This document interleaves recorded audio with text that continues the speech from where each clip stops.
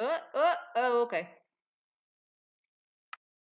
To set up this exercise, you need 3 jumps down the middle of your arena. I did a cross rail on either side and varying heights, and then the very center here is a vertical, and on either side of the vertical is 2 canter poles, and they are spaced about 12 feet or 1 canter stride away from that vertical in the very center. And to count that out, I just do 4 kind of exaggerated human steps, and those are about 3 feet apiece, so 4 altogether would be 12.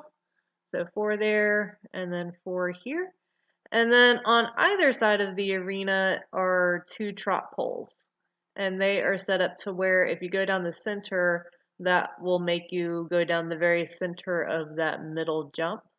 So it's just 2 trot poles set at the regular heel to toe 4-step or 4.5 step distance. Now you've got your arena set up to do 2 separate exercises. The first exercise is to do the cross rails on either end and to either trot or canter in, but the objective is to canter out and then bring your horse back down to a trot before the short side, trot the trot poles, and then either pick up a canter or trot the next cross rail.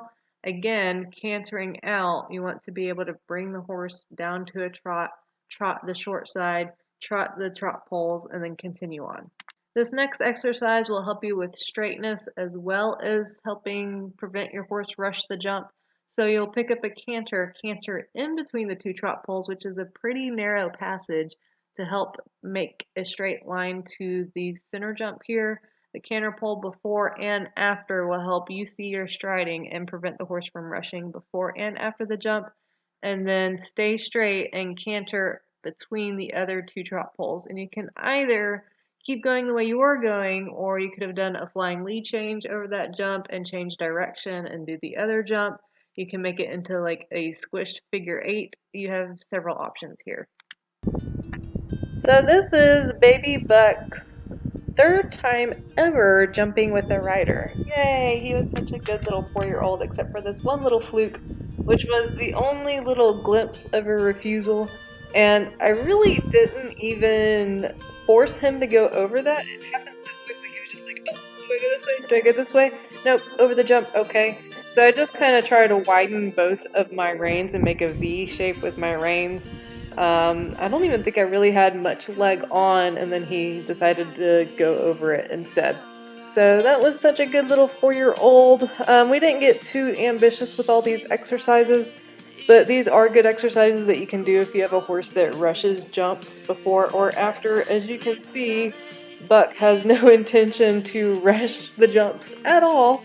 He hardly even jumps over them. So he's not the scopiest thing in the world. We'll see how his eventing career pans out. I'm not so sure that he's going to have a phenomenal eventing career, but that's totally fine.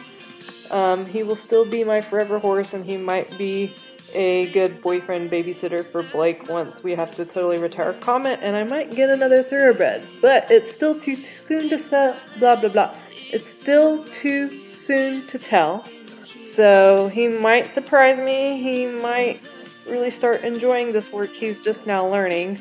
So with that in store, I did these trot poles, and he felt so in front of my leg, I decided to just canter this long side over here. If you've been following our story, you know that our canter transitions have been a bit of a hassle. He's very lazy and just wants to trot quickly instead of go into the canter. So every time he feels like he's in front of my leg, I take advantage of that and just ask for a canter that would make it very easy instead of doing the chicken trot into it, and he did very well there. And here is his first time ever jumping a vertical with a rider, so I was super thrilled about that. It wasn't the smoothest in the world, and I kind of got ahead of him a little bit because I was anticipating and not taking it so well. And I never did canter him towards this vertical. I didn't want to fry his little 4-year-old brain, but we did the vertical one more time and he gave me this lovely little canter out of it. So I decided to be done for the day with that. Oh, yes, his favorite scratchy spot.